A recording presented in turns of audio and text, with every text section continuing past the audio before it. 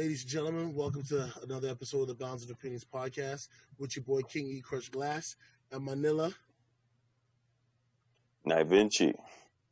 and my homegirl It's free laugh. and my two guests. Harry. What up, Damar? Yeah, so today we're just going to talk about a little bit more fresher on the foster care system, as well as, what COVID's doing to it right now and the procedures and precautions you guys have to go through on a daily basis. Yeah, I mean, it doesn't matter who wants to answer first, but either one of y'all got any, stuff talking about what you have to deal with now? You don't have to divulge too much information. Don't get it twisted. I ain't trying to get y'all fired. I'm just saying some of the stuff that people may not be privy to, right? Who don't know about the foster system, because that's the reason why we're having this part. It's not just to, bother you guys all day. It's just let people know. No. So, I'll kick it off with my own experience, and I guess I'll jump back to when it really kind of started. So, I guess end of March, April, things started picking up during COVID, or COVID was just picking up regardless, and immediately my program or my agency kind of kicked it off with, sanitizing, making sure we're doing proper hand hygiene, and like really just restricted any sort of public use that was still available. So like no buses we could go on, we couldn't go in like huge public areas. So basically what the rest of the world was doing, or specifically our province or whatever. And as it progressed, it kind of just seemed like we were just adding things and adding things and adding things and adding things. I was like, I get it. We have to protect everyone, and my policy is safety before anything. You can talk to my youth, and that's the number one answer I usually give them when they ask me anything. But it was strange to see,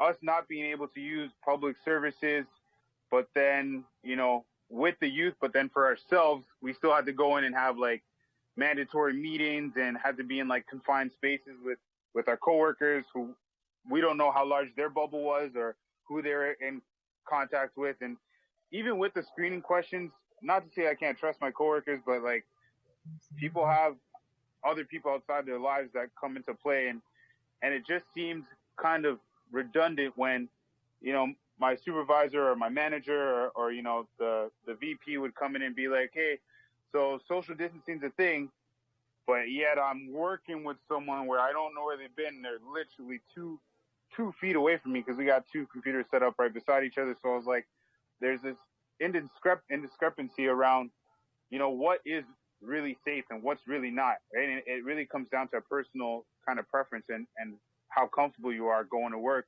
knowing that, especially my youth, they can't be left alone.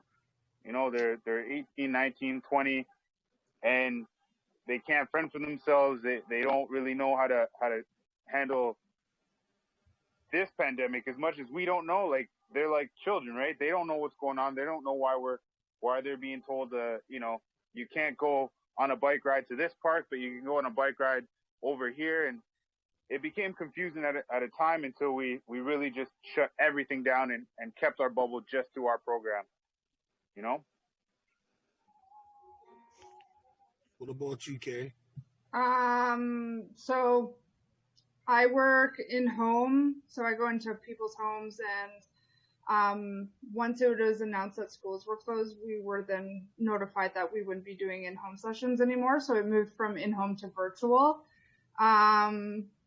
So that was helpful. I was able to work from home, but in my team, I'm the only one without children, so I was able to work in office and not have anybody else around me for quite some time. And then as kind of the things started to open up in the phases in the city, we have a rotation now.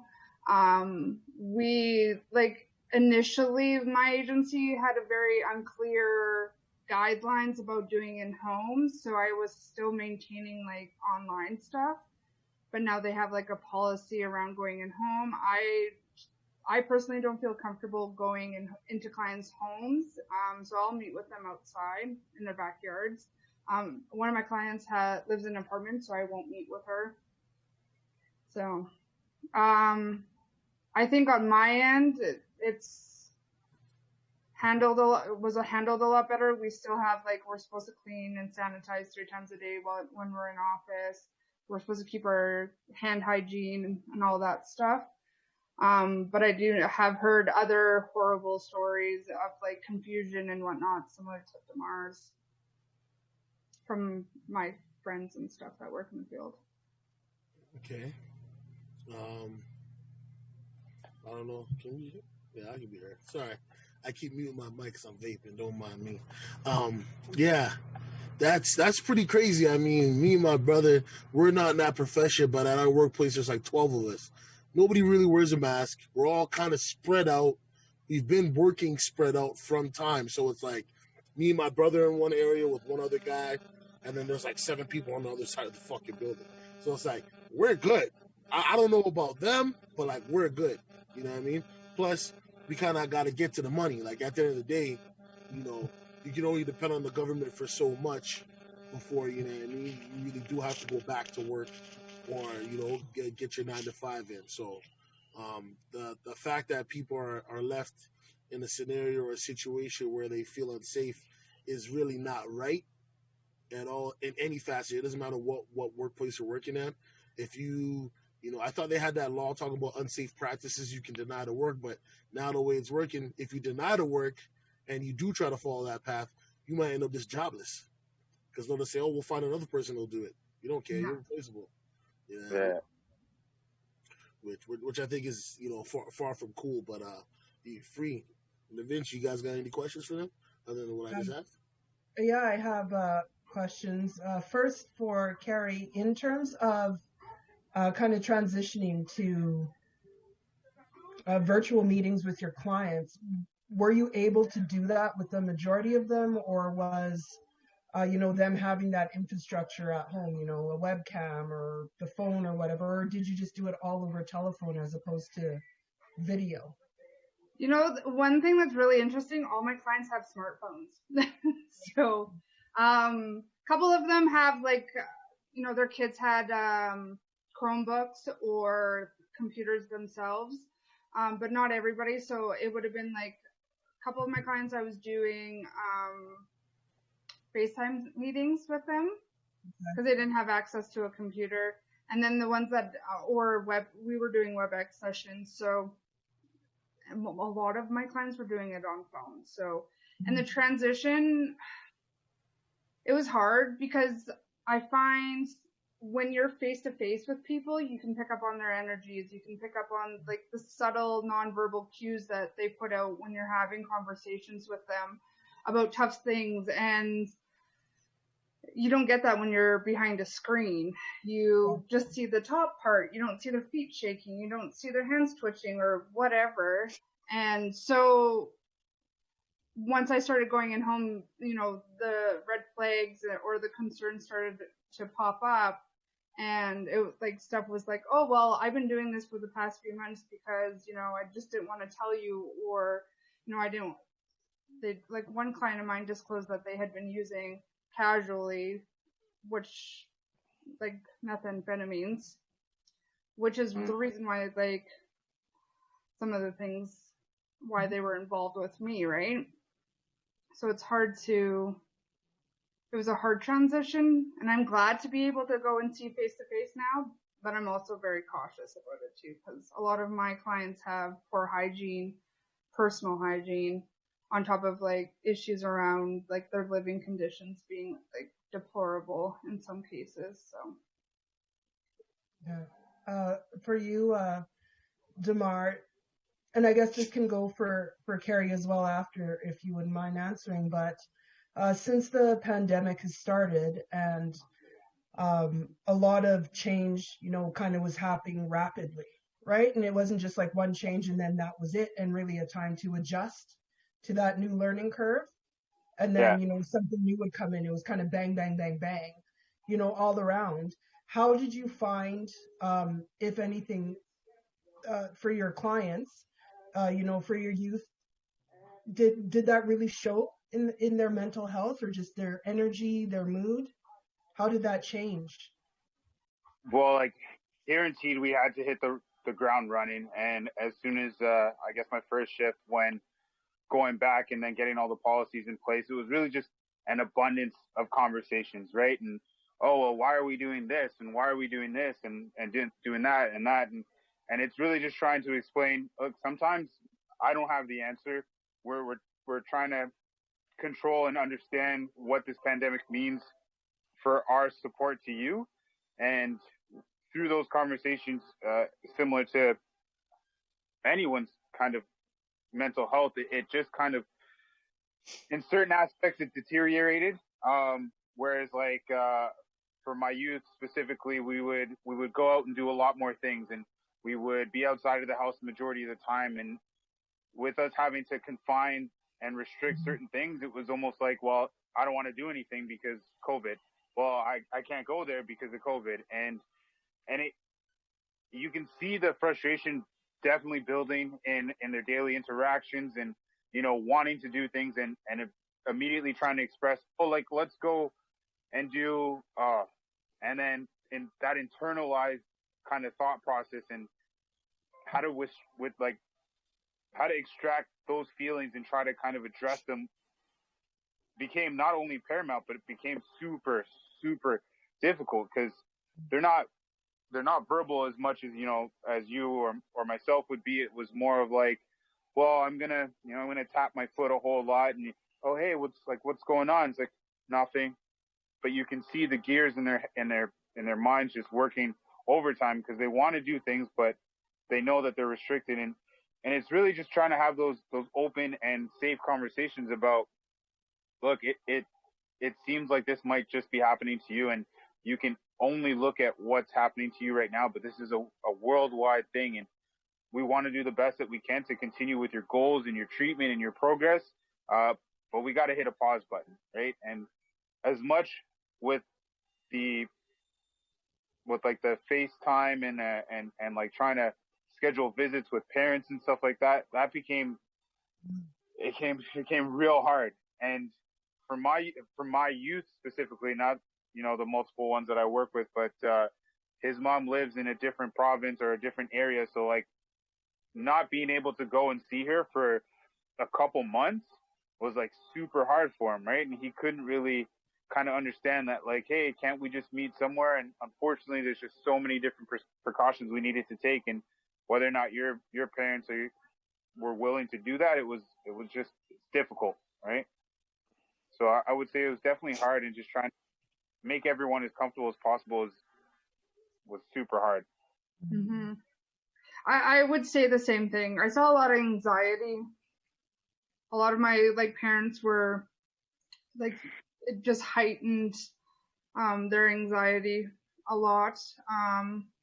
The struggles around teaching was a big thing as well, and trying to support them, and like normalizing that, you know, they're doing the best that they possibly can. Like, they're not paid teachers. They're like, this is not something that that they do every day. So, and trying to get them to, like, you know, not feel like a terrible parent because their kids didn't do school for the past 3 days, right? So finding small victories was a big thing as well for me. But it was, did that answer that? Yeah, absolutely. He's always trying to make sure she get the question right. She's like, did I answer? Every answer is a good answer, okay? You know what I mean? Like, this can be therapeutic for you guys as well, too, right? Just getting some of the frustration out, and just not even so much venting, but just describing how, you know, the working conditions need to be better. You know what I mean? You guys are frontline workers. You may not be in the hospital working on somebody, but mentally you're helping somebody. You know what I mean? You're trying to set somebody up and give them structure and give them guidance, because there's a lot of people out here, youth and older people, who don't have it. You know what I mean? And you guys are right now our doctors helping us on that line. So, you know, it's good to let some of it out. You know what I'm saying? Like, don't feel like any question that we give you, if you don't answer it the way you think we're supposed to answer it, it's wrong. Nah, play that game over there. You got anything you want to ask him, Da Vinci? Yeah. I mean, I just want to ask you guys about like, there's cases that you guys have that just really, really hit you guys emotionally a lot of times. Like, is there a lot of cases like that just hit home with you guys, just, that just completely have your day in shock? Uh, I mean, nothing from work, specifically, just because we've taken every possible measure that we could to make sure. Like, I'm on the safety committee at my agency, so like when this came to the forefront, it was like we didn't talk about anything else we didn't talk about anything else, period, right? Like, this is how are we going to keep everyone safe, and how are we going to make sure that we can continue with our treatment and our support, because it's, I'm going to jump into something, because it's funny that we are considered frontline workers, and really for the most part, that's their title, whether you're a youth and family counselor or you're doing any type of work within the industry. But life didn't really stop for us, whether we were FaceTiming or in person, regardless, we were still going to work. We didn't really, we had the option to step away for a moment, because whether it's our health or our own anxieties around the whole situation. But for certain companies, mine included, we were given COVID time off, but then after a certain amount of time, we had to dip into our own, our own personal days, our own vacation days, our own sick days. And those are really put into place for when we actually need them. You know what I mean? So it was kind of hard to be in the field and not really be looked at as a frontline worker, but still have the title as a frontline worker. You go to a place like, I don't know, like Bob's Pizza or whatever, and it says on the sign, big bold letters, frontline workers get 40% off, and you go in, you're like, I'm a frontline worker. It's like, oh, what hospital do you work at? Well, I don't work at a hospital. Oh, so what treatment facility do you work at? Well, I work at this place, but it's not, they're not accepting the treatment that I'm given. It's something completely different. So it's kind of hard to feel that and like move forward and realize like, hey, I'm important too. Yeah, and definitely, I think you've hit that right on the key. And the other thing is too, that because mental health has so much stigma still attached to it, that like being in a mental health worker or in the field, you're right, we're not identified as a essential worker, but there's still lots of people like in our field that we're like, no, we're an essential service. Oh, for sure.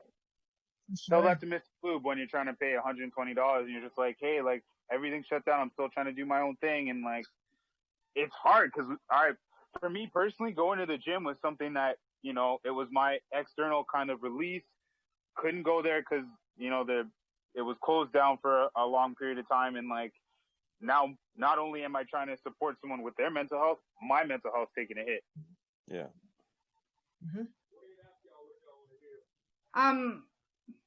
Nigel, were you asking more of like cases around like COVID, or were you talking about cases that like have like struck me and like us emotionally, mentally, like, or like struck chords where it was like, oh, that's a trigger? Yeah. Not around the COVID, but more like what you just said. Okay. That's what I was referring to. Sorry, my bad. No worries. It's a bad answer. Just okay. All right. I enjoyed that answer too. That was good. Awesome. I like that. That was from the heart. Like that's what I'm saying. Yes, lots of times. When I worked frontline with youth, like teenagers, there was lots of times where I was like triggered, just because their stories were very similar to my upbringing, and I was, and trying to be have that hero complex. I definitely did have that, where I was like, I need to save these kids. Like, I need to say, like, life is not worth the drugs and the alcohol and the gang and all of that. There's more to life than that. And, your life is shitty, but you have all that. You have the choice of making a better life for yourself. It's not your parents. And more so, not so much now, just because I've been able to establish some healthy boundaries when I'm working, especially working with families. There's a few of my clients where I've definitely had crossed some boundaries in the sense of like, hugging them, and which is, very frowned upon, unfortunately. Nowadays, At you used to be, back in the day, used to be bless you. At you. When you sneeze, somebody's like, yo, bless you. Now it's fuck you. You sneeze, fuck you, nigga. What the fuck? Yeah. No, like, are you okay? They're like, you got Rona? Yeah. Don't worry, I don't have the Rona. Yeah. And it's like, it's smoker's cough, like the green smoke. Right? Or I have allergies. Exactly. Yeah. It's funny how much the empathy level has like significantly decreased, right? You know, and it's very much what you talk about. It's like someone sneezes, it's like, oh, bless you, okay, you need a tissue? It's like, oh, bless you, oh, you need to be on the next bus, like, go over there, away from me. Like, I don't know what you got, just go away. And it's sad. It's real sad. It's sad. Nobody be laughing. I'm laughing through the pain, baby. Yeah, yo, trust me, I spent enough time laughing. I mean, you see how that's a really good point, Damar. Empathy level has completely changed, I think, for all of us. And I think that's fully linked into fear. Yeah. Because we see what the media is telling us. There's a report every single, millisecond on what's going on in your community, in your province, in your country, in North America. Like, it just gets bigger and bigger and bigger, right? This trajectory is so huge. And to think that, literally a sneeze, or, you're on the train and you put your hand on the pole to hold your balance. Yeah. I'm not thinking you get off the train and you do one of these, or even wipe your eyebrow. You potentially, just because you haven't been able to turn around in your bag and get your hand sanitizer, and you potentially change the whole course of your life, or of your health, or, someone else that you work with, or, or your kid, or just roommate, everything. whatever. Yeah, and it's like, I think we're really recognizing that literally, some people say every day is a risk. You could go outside and get hit by a bus, or, car accident, and all these things. And now it's something so, not to devalue how big it is, but it's something so simple, right? A cough, a sneeze. Wash your hands. Yeah, putting your hands Wash on your body. Right? Brush your teeth. I'm sorry, I don't mean to cut you off. I just thought I'd just send that message out. Not subliminally, but out there in the front. Wash your hands. I've been to numerous bathrooms. What's going on, Nene? Daddy, Didi told me that. No, I'm not yelling at you. You go chill with mommy. Yeah? Love you. Yeah. I went to multiple places. I went to Bonus Park like 2 weeks ago. I go in the bathroom. I had a cup because we were drinking. I had a cup. I used the cup to open up everything, because they had the handy symbol, right? So I use it to open up the door. I go use the bathroom. I wash my hands. I see two guys come in, do their thing, and just walk out. I'm like, yo, bro, what are you doing? This is why this disease is still around, because you're nasty. Like, that's next level. It's wrong to wash your hands. I don't care if you just came out the shower. Wash your hands. Just wash your hands. Wash your skin. You know what I mean? It's so different now, though. It's like you're going for a walk and you're walking down the street and there's like two people coming, whatever. Like you can start seeing it. Everyone just starts going, Well, it used to just be black people, now it's everybody. Yeah, and it's just like, man, I don't have the Rona. Do you have the Rona? Well, everybody. Sorry, go ahead. No, everyone's suspect now. Yeah. How much I know you, how much I love you, everyone's a suspect, including myself. Yeah. We're all suspects. It's as simple as that, right?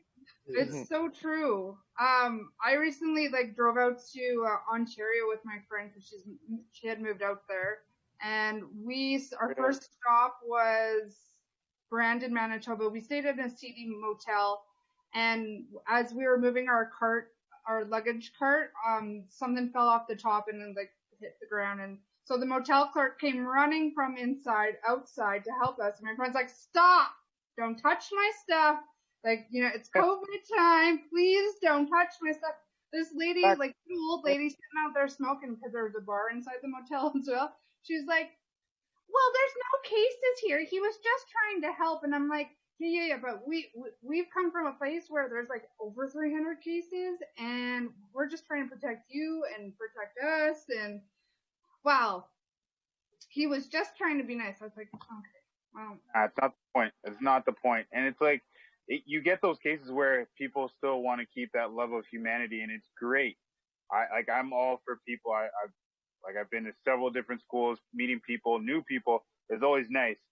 But also, like, I'd like to live to see 40 or 35 or, my next birthday, period. And as much as those things are great, it's like we do have to keep that level of caution. And it's funny because the other day I was with my youth and we were going to a program and we were on the bus because now we've been given the green light to take the bus and go places. I'm like, cool. You want to take the bus? I don't mind taking the bus. Mask up, glove up, don't touch anything. We'll be as safe as possible. Get on the bus. Bus driver doesn't bat an eyelash and lets 3 people on the bus with no mask. And there's signs posted everywhere on the bus. There's no more advertisements. It's, have you washed your hands? Have you been outside the country? Have all the screening questions that you can ask. But yet a public service is not enforcing the mandatory rule created by the province. So I'm like, what's happening here? Like, really, what's going on? And I think there needs to be better policing, like maybe not policing, but people need to be held accountable. And it's stressful. It's anxiety provoking. And it's just flat out dumb. Like, how do you go into a bathroom and not wash your hands, pandemic or not? That's just nasty. Yeah, regular, that's regular movements. Yeah, exactly. DJ. Sorry, my bad. People already even told that they have to wash their hands. It's not mandated. It's just something you're supposed to do. Nobody's behind them every day. Hey, wash your hands. Wash your hands. I mean, when they're 5 years old, you know what I mean? When they're a kid, you show them that, but it's just like, after a while, you think you upkeep that, right? Like, oh, I just came from outside. Why don't I take off my dirty clothes and instead of, oh, I'm just going to go sit in this person's place, sit in that person's place. I just came from work, didn't shower, so I reek, feet stinking, everything stinking, and you just going around people's houses without going to your own fucking washroom. You know what I'm saying? Let me just roll it. Not. You know what I mean? Then on top of it, there's the anti-maskers. Now, you can call me an anti-vaccine guy because I'm like, yo, dude, I got asthma and shit. Like, you ain't giving me no corona shot. Why are you trying to give me something that's known to kill me for sure if I get it? I don't want that. But the mask thing, I understand. Because there's people out here who are supposed to quarantine who haven't.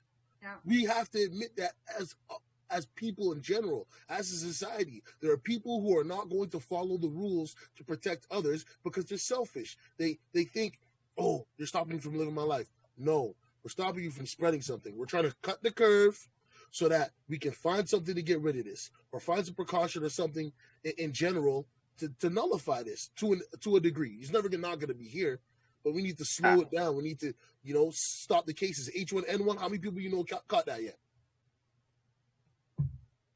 Swine flu, all these other flus, right? When they first came out, everybody's like, oh, we don't have to wear masks because people seen what it did and they just said, okay, cool. I understand the government's not to be trusted.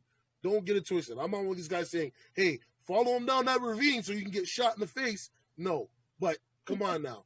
I know people who've had family members that passed from it. I have asthma. My little daughter has like mild to like minimal. My wife, same thing. You know what I mean? Bro, I'm not giving it to them. She's not even going to kindergarten this year. I want her to go because that's an experience that she needs to have. But how am I supposed to trust that I'm putting my kid at risk because of an experience? One experience? Oh, that's crazy. Next level. Yeah. Well, I was in a situation. I was not in a situation, but I was there, and it was like 2 days ago. So I'm in this store, and everyone is in there with masks, right? And everyone is keeping their distance, right? And okay, and I guess 2 other gentlemen comes in with no mask, and they come in with no mask, and the owner of the place, he just has them come in there, and they're all talking friendly because they're from the same country or whatever, and you could see playing out. That's what it was, and it was playing out like that, and I can already see, and I see people getting very agitated about it. People getting upset. Even me myself, I'm like, okay, that's just not cool, And these guys are in there, no no mask, and they're all like, walking around and they're doing all these things, and I'm like, I can't deal with this. So I'm like, I gotta go. I get out, and before I get out, like there was a bunch of people. They start talking, and they're like, "This is not right. You gotta follow the rules." Yeah. It's I think one of the most difficult things, because I'm finding it just with my work and just I guess one of my thoughts in general is, in spite of how many precautions we put in place, and Damar alluded to this earlier, it's not that it doesn't matter, it does matter, but the amount of precautions we put in place to keep ourselves and our coworkers safe, or you're in a store or whatever the case may be, you never ever ever know what people do outside of that kind of controlled environment that you've created. For us, when COVID hit mid-March, our office closed and we were all working remotely from home. And then the office opened back up, only a minimal number of staff, which included myself, because I'm operations coordinator, so office coordinator, pretty much. Plus I'm health and safety, plus I'm a fire warden, plus I'm a first aider. And they need one person at all times with all those hats to be there. And it just so happened that it was, me and the rest of the leadership team. Great. 2 weeks in, 10 working days in, Or not. back in the office, and someone was like, oh, by the way, on the weekend, on such and such a date, I was actually in contact with somebody now who's just told me that they tested positive. Huh? And we've been at work with this person every single day, right? She didn't know, this person didn't know. The person was asymptomatic, but it makes me think, so what made you think to go get tested? But anyways, it's good. Maybe they were just doing it to be proactive, but they found out, told this person that we work with, and then it was this big huge fever pitch, right? How do we navigate this? Because I think a lot of businesses too, or companies, are thinking, okay, these are all the precautions that we have to do to get it back to the office. But then what does it look like when there is a case within after you get back, right? But that also made me think, I've now sent my youngest back to daycare. Potentially, I could, potentially be exposed. I have a baby now that I'm bringing into the daycare. Even sending her back to daycare was an issue for me, because I was like, I don't know what other parents are doing. Because the other parents have friends, the other parents have jobs, the other parents have to go do A, B, C, and D. They don't know what their cohort is doing. And then they're going to bring their child in, drop them off at daycare. And true. So they're saying it doesn't affect children as much, but your children come back into your home. Yeah. Right? So for me, being a single parent, if I get sick, and I don't have a huge support system here in the fact that somebody can take my kids for 10 days or 14 days while I quarantine, or God forbid it gets even worse, and I'm in the hospital. So we can do as much as we can, but we really do have to depend on our neighbor doing that right thing. And you can't trust that. I know those screening forms, even for me, because I know I don't feel any type of way. I'm like, no, because no, I don't have a fever. No, I don't, so yeah. I'm just filling it out. But there might be some people that, look, I haven't worked in 4 or 5 months. I'll pop a couple Tylenol to go to work. So yeah, I woke up with the fever this morning, but I took some Tylenol, I took some acetaminophen. Nope, no fever, no. Right? And those are the things, like, about this, as much precautions as we put in place, we can't control it. No. Yeah, but it leads to stress, though, right? Which leads to mental health problems. And it is, like I said, yet again, Damar and Carrie, right? They're going to work and having to deal with this. So not, like I said, yet again, like you said, Free, not only dealing with the stress of the people they're helping, but now they themselves are experiencing the stress and don't have an outlet. Do you know what I mean? And that's the most important thing in this world, for everybody. It doesn't matter. I don't care about what color. Everybody needs an outlet to let the stress out, to to do something, and it has to be a positive outlet. Some people like DeMar working out. He works out 3-4 times a week or whatever. In those days where he might have a bad day, he's pumping the weights extra hard. He's putting on extra weights. You know what I mean? Trying to get it out. For Carrie, it might be a bike ride or a trip to another city. I'm just saying, you know what I mean? I know what you mean. Mine's usually talking to, like, I have a therapist, so I go see my therapist. Or, like, I go sit and talk to my friends. No, I feel you. I mean, I've had a therapist a few times. You know what I mean? It's something that it enlightens you, because sometimes they tell you the same stuff that you already know, but if you hear it from somebody else, it just always sounds better. I don't know. It's weird. Or just even hearing yourself out loud. Mm-hmm. Yeah.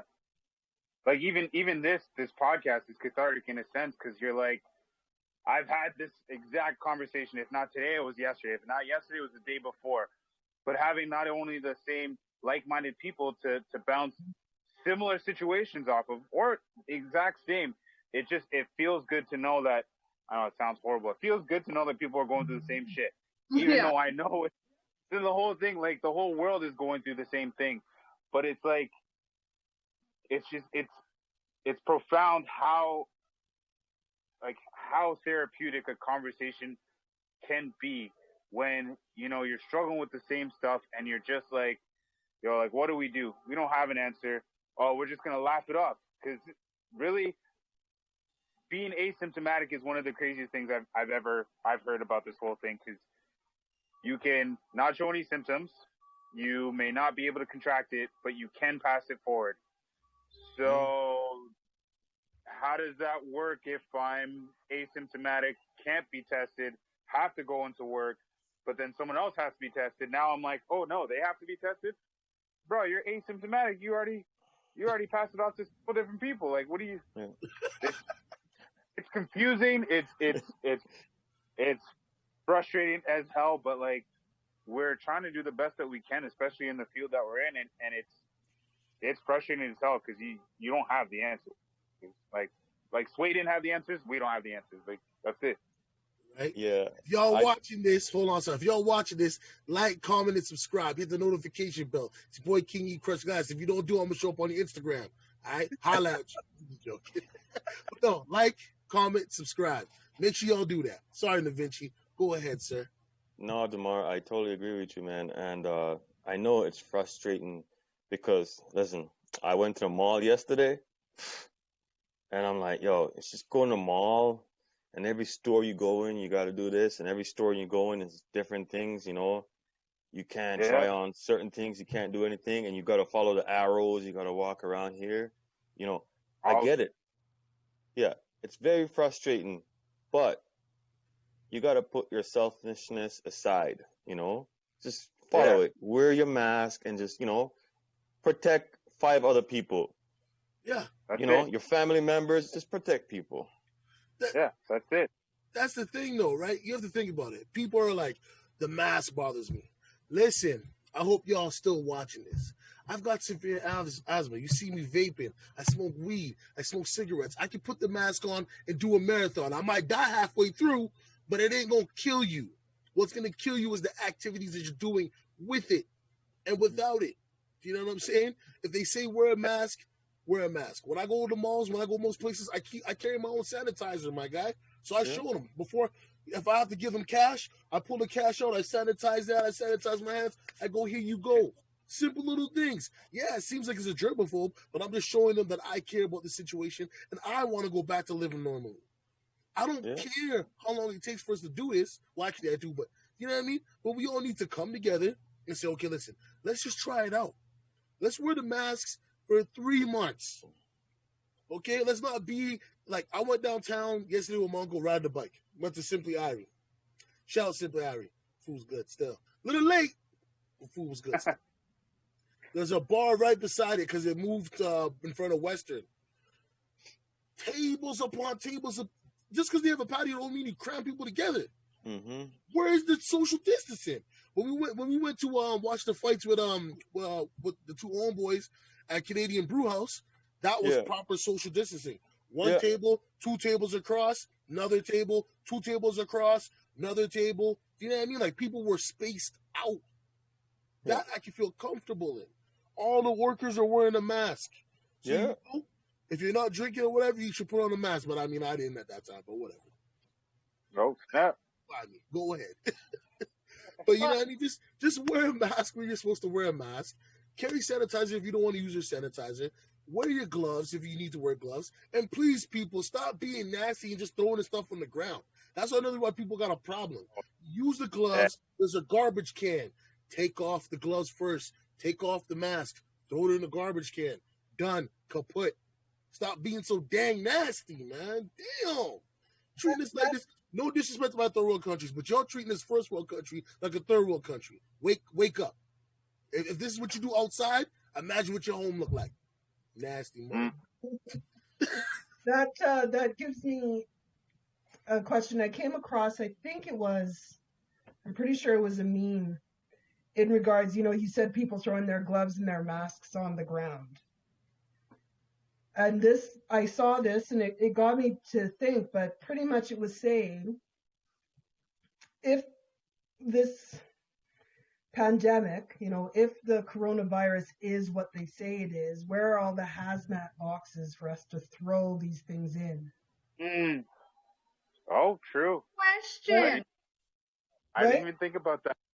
Yeah, and I read it, so I've been thinking about it, and I still, I'm not saying, oh, this isn't real and blah, blah, blah, but it does at the same time, you have to beg the question then. So then, yeah, I wear it. I just throw it in the garbage, even when I'm at work, say. Mm-hmm. Right? Yeah. I take it off, I throw it in the garbage. So why don't we have biohazard bins? You're right. Exactly. That makes so much sense. Huh. You know what the answer would be, though? The answer would be like, we're not trying to scare everybody. Well, you already are, man. Every day I turn on the damn news, look on Instagram, Facebook, all that. Well, did you wear your mask today? Have you gone traveling today? Like, it's like a freaking infomercial, bro. Every day I look around anywhere I go. And the thing I don't understand, too, with these businesses, right? They put the sticker on the front of the store. I walk in with the mask. The guy behind me walks in without no mask. And I know it's not the employee's job. But somebody got on the, hey, bro, turn around, get out. They're not doing that. So then now 2 other people see that. They come up there, they take off their mask, they walk in too. Yeah. It's even like that at work, though, because, our office has changed to walking one direction only, and yet you have to have your mask on. And I've even done it when we did mandatory mask in the office, but I need to go to the printer. Sometimes I just get up because I hit print, so I get up and start walking. I'm at the printer now waiting for it, completely forgot that I don't have my mask on, and then I turn around and walk the wrong way to go back to my desk because that's what I'm used to doing, right? Yeah. And it wasn't until I fully made it back to my desk, thank goodness there isn't that many of us in there, that I didn't get caught, for one thing, but I didn't put anyone at risk at that moment, but it was so easy for me to hit print, get up, go and do the process like I usually do, right? There's been times I've gotten out of the car, I have my mask, I just close the door and walk, and then I'm like, oh yeah, and I have to turn around and get it. So also there is a learning curve in there, and I think some people, deliberately, either I don't want to wear a mask. I've gone into the store and I had the mask under my chin the entire time, but I felt the strings behind my ears, so it's just, well, and then it begs the question of like, where now is our level of integrity? Where is our level of ethical practice when it comes into saving other people's lives? Because wearing a mask, right? And I'm not putting you on blast or putting anyone else on blast, because I see people like, I know for a fact. Yeah. Well, yeah, you've been in the Walmart for several minutes now, and your mask is like this. You didn't know? Yeah. Like, come on, you have glasses on. You don't want it to fog up, so you pull it down. But then that just defeats the whole purpose. And like, at what point are you like, okay, so I'm gonna look out for my family, and that's my bubble. But I gotta go to Costco, and like, fuck Costco rules. Like, I'm walking through this, I don't feel comfortable wearing the mask above my nose because it's hard to breathe. It's hot in here. Maybe you should stay at home. I got asthma. I mean, I'll tell you. That's just me. Yeah, maybe you should. Yeah. But Makes also, sense, right? Like, yeah, but also too, like, you know what I mean? Not to put on a tinfoil hat. Like Free said, there's no waste places. Like hazardous waste places. So it's like, are they just doing this to control us? And that's what the problem is, right? There's half of the people who are like, they're doing this to control us, man. New world order is coming, yada yada yada. They're gonna, make martial law. They're trying to take away cash transactions. They want everything to be traced. They want this, they want that. When you get the vaccine, there's gonna be a chip in it. They're gonna track you. We walk around with these all day. They tracking yeah, us, like bro. If you really already. think you had freedom, you have to be a dummy. And I hate to say Tracking this. us for like 15 years, stop it. Yeah, like, no. Yeah. Does a black man have to tell you ain't got no freedom for you to like? Does it have to go that deep down the rabbit hole to let you know? Like, listen, I understand you feel like your rights are being violated. I understand you want to live your life. I want to live my life too, but I just want to get through this. And if we got to do all these steps, it's just like if you want to lose weight, they say stop drinking pop, stop doing this, stop doing that. So if you don't do those things, you're still gonna be fat. Don't blame them because you fat. Blame yourself. Same thing with this damn coronavirus. You want them to stop talking about it? Let's just follow some rules for a couple months and see how it goes. If it doesn't go the way we want it to go, then yeah, let's revolt and pull them guys out of office or whatever we need to do and have a burning or a lynching or whatever you want to call it, and we'll figure another way out. But stop this defying and then acting like the government's crazy when we're all crazy. I hate to say that. We all got a little screw loose here and there. No, we all have mental health, for real. No, honestly, right? Because some people, like, there's high suicide rates right now. People don't realize that. People are like, yo, I haven't been to work for 6 months. I'm gonna lose my house. I'm gonna lose my car. My wife gonna leave me. Boom. Or I caught the Rona, and you know what I mean. My significant others got it too, but I survived, but they're dying. Like, you know what I mean? Like, there's so much stress. Well, and it's funny, right? Because it's the same thing with everything, right? It's not gonna affect me until it does. Yeah. And like I'm down in Mackenzie Town right now, and like for the first month of it, there was like so many cases, and Calgary had so many cases, and I'm like, damn, there's a lot of cases around, and I really didn't put, not even that I put two and two together, but I live like not even 2 minutes behind like a retirement home, and the majority of the cases for the first wave were coming from that retirement home. And I didn't realize till I drove by and saw a bunch of news vehicles and a bunch of signs saying, get stronger, get well, be strong, and all those other things. And like, not to say that that's when it hit me, but I had a different respect for it when I was like, oh shit, it's legit in my backyard. It's legitimately like right next door to me. And it's not until people feel the effect, like my grandmother and my parents said, and every Jamaican person out there, those that do not hear shall feel. Yeah, and by the time you feel, it's too late. Yeah, especially for this. Right. So it's problematic. Yeah, all the way around. I don't think there's not a simple, this is the solution, let's do this, and that's it. That it doesn't work, because everybody's life, every individual, there's so much different nuances and all these different shades of gray in their existence, right? So you can't have a one blanket solution. No. It's fully not, I don't think it's going to work that way. Yeah. But then how much do you tweak and cater to every single individual? You can't. You can't. You can't. Like, at all. You can't socially, you can't culturally, you can't financially, as a government, as a nation, they can't. Should. Right? I mean, let me give everybody a fun fact. So you work at a job for 5-6 years, right? Every year, your EI, you know where that goes? In the government pocket. You don't stack that. It's a year-to-year basis. So now, when we had this COVID money, they talking about they going broke. How you going? Think about this way. 100 people, right? We'll say 82,000 for those 100 people a year for 5 years. You're telling me you can't afford to give us back some of that money? That money's been gone, bro. I know the money's been gone. I'm just saying, like, if people's eyes are open to the situations, it's like, it don't matter who you put in government, okay? Power corrupts power. Absolutely. Period. Me, you, any of us can go be, prime minister, and we have good intentions, but the two guys beside us are slimy. They're getting away with all this stuff, filling their pockets. Eventually, you're gonna look over and be like, man, let me just reach over here. And once you reach over once, they got you now. They're like, yo, listen, you can't do nothing. You gotta follow everything we say. Or else we gonna expose you. Just we get exposed. You know what I mean? And next thing you know, it's a whole bunch of shit. But us as people, everybody, all races, right now, the COVID thing's going on, and I'm kind of glad for it because it's opening up people's eyes to the plight of the colored people, the black people, the indigenous people. You know what I mean? And everybody's in 15,000 directions. Just like the COVID, like I said, we just need to sit down, set some rules, set some stuff, and start knocking stuff out one by one, man. Like with this whole COVID thing, okay, you guys don't want to take a vaccine, cool. Let's, for 3 months, like I've been saying, for 3 months, everybody just wear a fucking mask when you go into these places. Stay at home if you don't need to be out. Really stay at home. Just make the sacrifice now so that we can live later.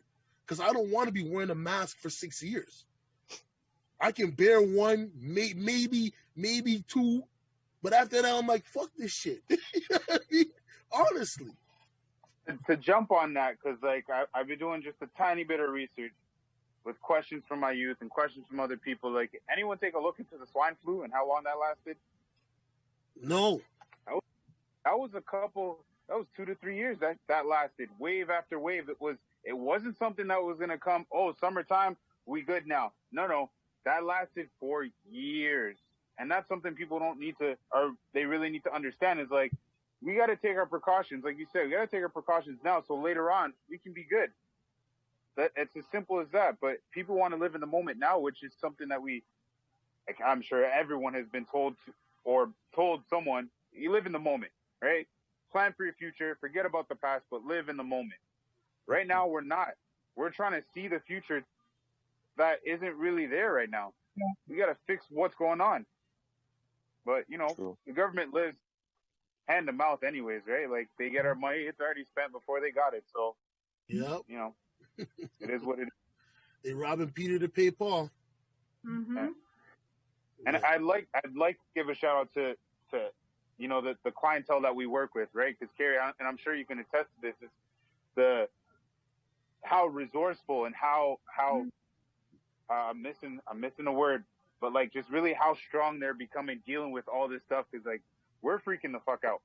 Yeah. Imagine piling on top of the fact that the pandemic's happening, the fact that like they have their own mental health issues that sometimes are debilitating, and they're still, I mean, not like they have much of a choice, but like they're still going on a day-to-day basis trying to figure out what's next and how to kind of figure that out, right? And if you don't have the cognitive ability to really understand what the pandemic means to the world, that's hard. So shout out to all my people in care right now.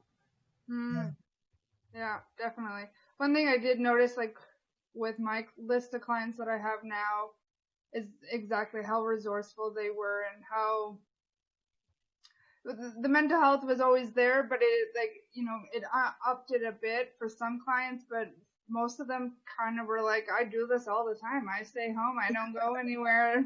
This is my day to day, so I'm okay. Like, the only thing that's changed is that now I gotta, school my 5 kids at once who all have like some sort of delayment or whatnot. So, yeah. The resiliency. That's what it is. Yes. The resilience has gone up. Thank you. Yeah. Yeah. And it's great to see. So. Okay. Any other questions you guys got for them, Da Vinci or I just want to touch on a few things that everyone just said. I mean, like, listen, you got people out there that have the Donald Trump following syndrome. So listen, man. So listen, you don't believe in the mask, you think you don't believe in COVID or whatever the mask, listen, then stay your ass at home. Don't be going to the store when you know what's up. You're not going to put the mask on, and they're going to ask you to leave, and you're going to start going off, throwing shit and all this blah, blah. Just stay the fuck home. Yeah. Order your shit online or get somebody to do it. Just stay home. But that's the thing, right? Like, we need to be able to have a certain level of accountability, right? Yeah. So yesterday I walk into Walmart and I see this guy in front of me. I'm like, yo, he doesn't have a mask in his hand. Mm-hmm. No, okay. All right. I'm going to see if he pulls one out as soon as we get in the store. Doesn't. So then I see one of the attendants as you walk in, they have them up to the left or to the right. I'm like, excuse me, ma'am, I'm not trying to tell you didn't do your job, but like this man just walked in the store, doesn't have a mask on, didn't put it on. I'm just saying. And call me a snitch, call me whatever. Yeah, I'll Takashi 6ix9ine all day. I don't care. No, hold on. I hate to stop your thought, okay? No, Okay. don't put Clarify what yourself a there, snitch man. is, okay? No. People got this twisted. If me and you commit a robbery, we're doing dirt in the street, and I tell on you, that is snitching. Somebody who works a 9 to 5, who does no type of illegal activity, is doing their job. They pay to do that. Well, and you're So, holding other people accountable too, right? It's like you said, it's accountability. I think a lot of people in today's society have very little accountability for themselves, and so they get butthurt or they throw a temper tantrum like a 2-year-old because somebody else says, "Oh, hey, you're not wearing your fucking mask. You should be wearing your mask. You're in a public space."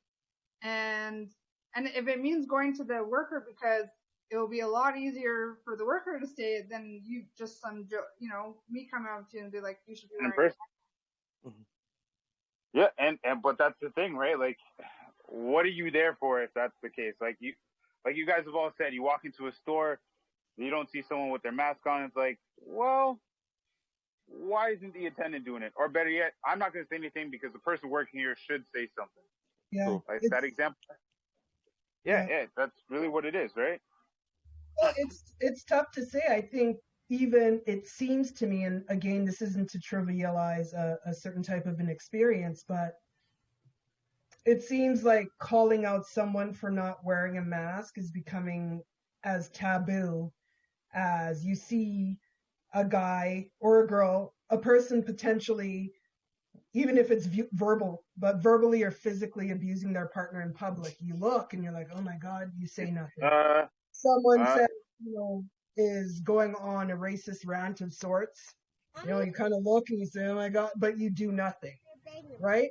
And these all have very severe consequences, in my opinion.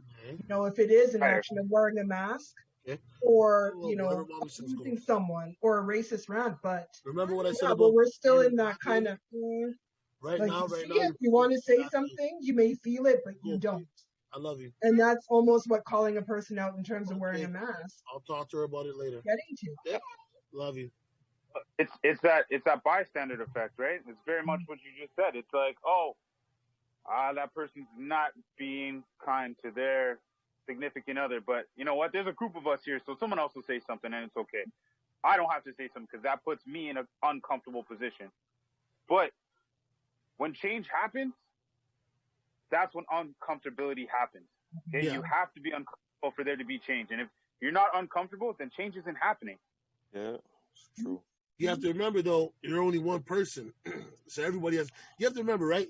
Right nowadays, somebody says, "Yo, you're not wearing your mask." Dun, dun, dun. Like it's hey, they following around. Look at this guy not wearing his mask. So it makes other people who don't want to do that uncomfortable at times because they feel like if they tell somebody, now they're gonna pull out their phone. Look at this masker telling me he doesn't know me. I've already seen like 15 freaking episodes and people going crazy because they're being told to put on a mask. So it's like even when the attendant does it and the store owner, there's a problem. If I do it, there's a problem. Do you know what I mean? And it's like, do you really have time in your day to create that problem for yourself? And are you willing to deal with the repercussions? Because some of these people might become violent. You might be like, yo, man, get out the store. What are you talking to like that? Like, yo, dude, 6 feet. I'm just telling you, I'm wearing a mask. It says on the door, wear a mask, please, or get out. You know what I mean? Because obviously you don't care about me, my family, or anybody else you might know. Because I might have this shit, and I'm wearing a mask to stop me from spreading it, not from catching it, from spreading it, and now you're looking at me like I'm fucking crazy. Well, you have seen a lot of videos out there where people get into fights, even couples getting into fight with other people, and because someone says wear a mask, or just start jumping somebody because they're not wearing a mask. It's crazy. I think I have a question for, well, DJ, I know you have kids. Who else has kids here? I do. And I don't so know. with, we have tons of kids. Those are our clients. Like, Yeah. Horse. With the school year coming back up, Yeah. because my biggest concern, I have a niece back in Toronto, and I'm telling my sister, look, don't send her to school, please, because I know working in a school, how difficult is it to get your little kid to wear a hat, okay, a toque in minus 40-degree weather. Do you think putting on a mask on a kid to send him back to school with a mass population of 30 kids in a class, like, they're not, I mean, I hope to God they wear them. But yeah, you were a kid once too, so you know. I was, yeah. So how does that make you feel? And I know Free, you touched on it a little bit, but how are you guys feeling? Well, like honestly, I don't like it because listen, they are kids, all right, and for them to wear a mask for like 6 hours straight, something they're not used to, you know, and it, like we said, they're gonna have those arrows and all these things and what to do, and they can't go outside and they can't go play outside, right? Yeah, There's because you none of can't that. social distance. I think they can. Yeah. I think they're still having a recess and all that. But I think No, it's divided up. No, from the email I got, no. So I didn't fully read the one I got. My bad. like, Go ahead, Tom. and I'm not sending them. I'm not going to because it's just too much. My daughter, she already has a big problem with the mask wearing it, right? And I just can't do that to him. It's just too Yeah. much. Fair. I feel a lot of anxiety, and I'm really conflicted in the sense that, so my older daughter is 14. She's going into grade 9. Yeah, there it is. For her, I think grade 9 is going to be a very important year when she starts thinking about high school and potentially post-secondary. So there is, the learning hub where you can keep your children home and they do school that way, right? But for her, she has some, specific learning disabilities that she needs an aid with her, at times, and she needs other resources in place to help her with her learning. I'm not going to be at home because I'm going to be at work, right? The learning hub classes, they say it's about 4 to 5 hours a day of straight learning online, and then an hour per day per class of homework in the evening. So for someone that already has her challenges, and I'm not here to support you, how do I know that you're going to be sitting there fully engaged at home as well? She takes a program called K&E, which is knowledge and employability, but they don't offer that right now with the Learning Hub. So the material that she's going to get for her is going to be a struggle. Are you Just serious? They're not accommodating? Not so far.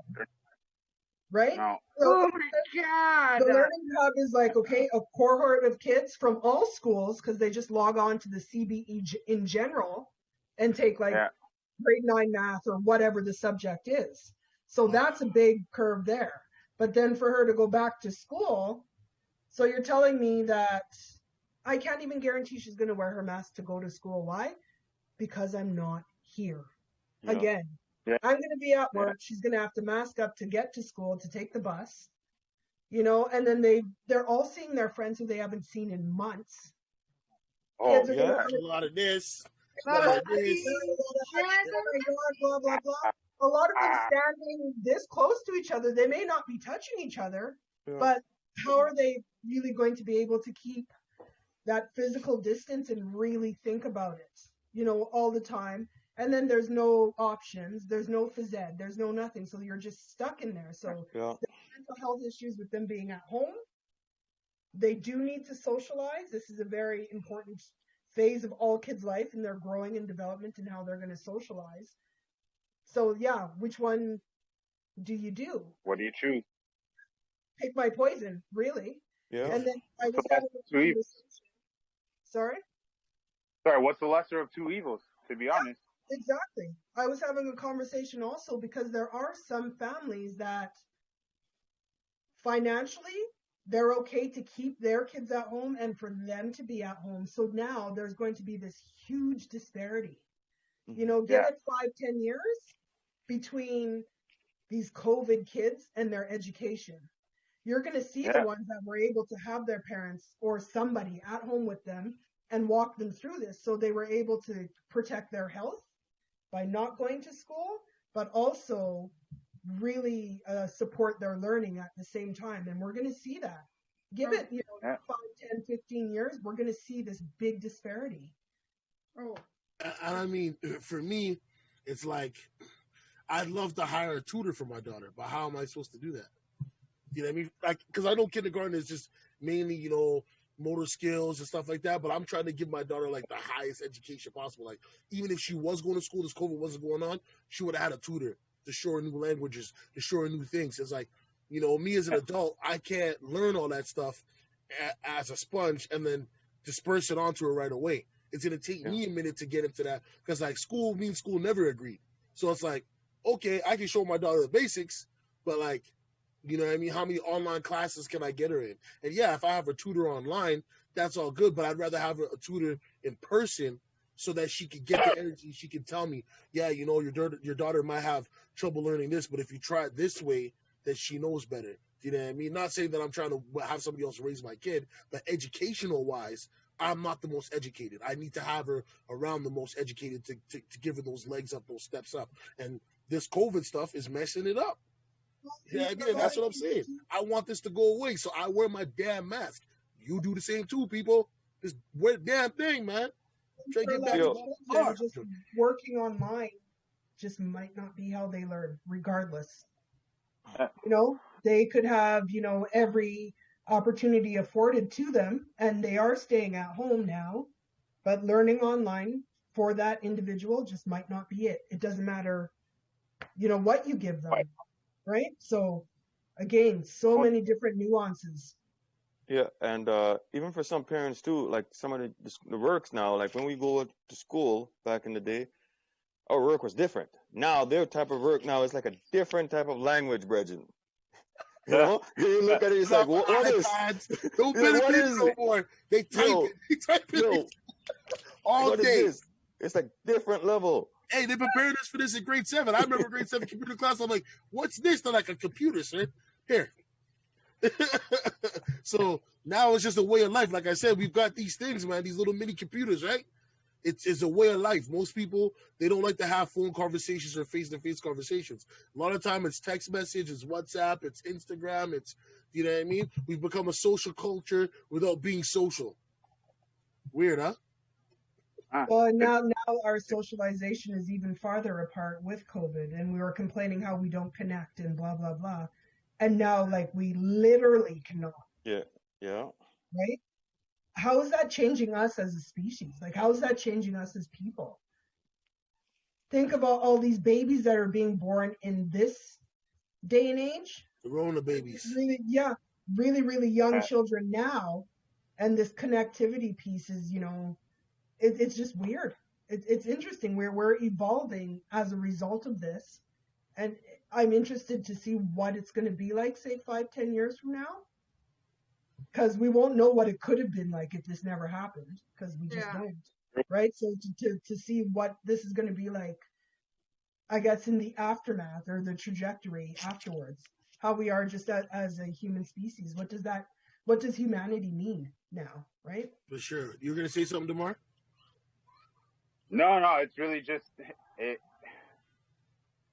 the technology that we have, and like how we, even before COVID, right? It's we were socializing in a different aspect, and how connected we are with these things that we have in our hands, or how we communicate from miles and miles apart, right? And it's kind of scary to even think about what it's going to look like now or for the future.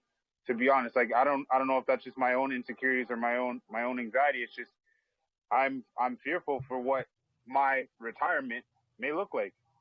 You know what I mean? Definitely. Definitely. So Other than that, though, man, is there anything else you guys want to share? Like, wear your damn mask. I can't say it. Wash your They hands. can't clean say your it. Yeah, skin. can't Brush say your it enough. teeth. Okay. Oh, and hand sanitizer does not replace hand washing. That's It right. doesn't. Oh, What if That's you're gonna be dude. touching everything? This isn't the bottle, but I keep the sandy in this bottle, man. I hit a nigga up, you know. I play it around. I'll be out here like Tupac. Hand sanitizer when you need to, but as soon as you get into an environment that you can wash your hands. Yeah, wash your hands. But that's the thing, though. Like with me, like I'll sanitize door handles, boom, and then the minute I see something, I go, shh, I wash. Because even though I sanitize my hands, I know they still might be mucky. You know what I'm saying? Always. It sucks to have hand sanitizer on your hands, and then you don't wash your hands, but you're trying to eat something. No, that don't work. That don't make no sense. Even just the taste of it. Nah, that's cool. Just wash your hands. So sometimes I'm hungry. I don't have another choice. I gotta I'm use with the hands. you. I'm with you. I'm out and about. The most I can do is just put a little, just use 2 fingers or whatever the case may be. Yeah, no, I'm with you. I've had a chicken wing in my hand after hand sanitizing, and it just didn't turn out the same. I'm gonna give you guys just something to watch. Now this post, this is from YouTube. This is something I watched like years ago, but it's called. Sorry, shout out to Charlie Chaplin because it was done way back when. The greatest speech ever made. And if it's hard to find, it's about 7 years ago. Charlie Chaplin was in this movie called The Great Dictator, and just how relevant that speech was back then. It wasn't 7 years ago. It was way back when. Obviously, you know, if you don't know Charlie Chaplin, years and years ago. Yeah, like you talking about 50s. I'm talking about 50s. Like, watch this speech and see how much it actually, like, communicates to the world we live in right now. It's amazing. Just watch it. The greatest speech ever made. Okay. All right? Well, this is your boy King E Crush Glass with my famo Nah, Vinci. and my homegirl This is Free La. and my other homegirl. Oh, your mic's muted, Carrie. Your mic's muted. She might have been like, I had enough of these guys. I ain't even trying to let you hear what I'm saying. My homegirl Carrie. and my other famo. Stops tomorrow. Thank y'all for watching. Remember, like, comment, and subscribe. Right. Please, okay? And if it's trash, just say it's trash. But I know we ain't putting no trash. I know we putting no heat rock. Y'all just watching 5 minutes of it because y'all get bored. Y'all got some short attention spans. You know what I mean? You got to wake up.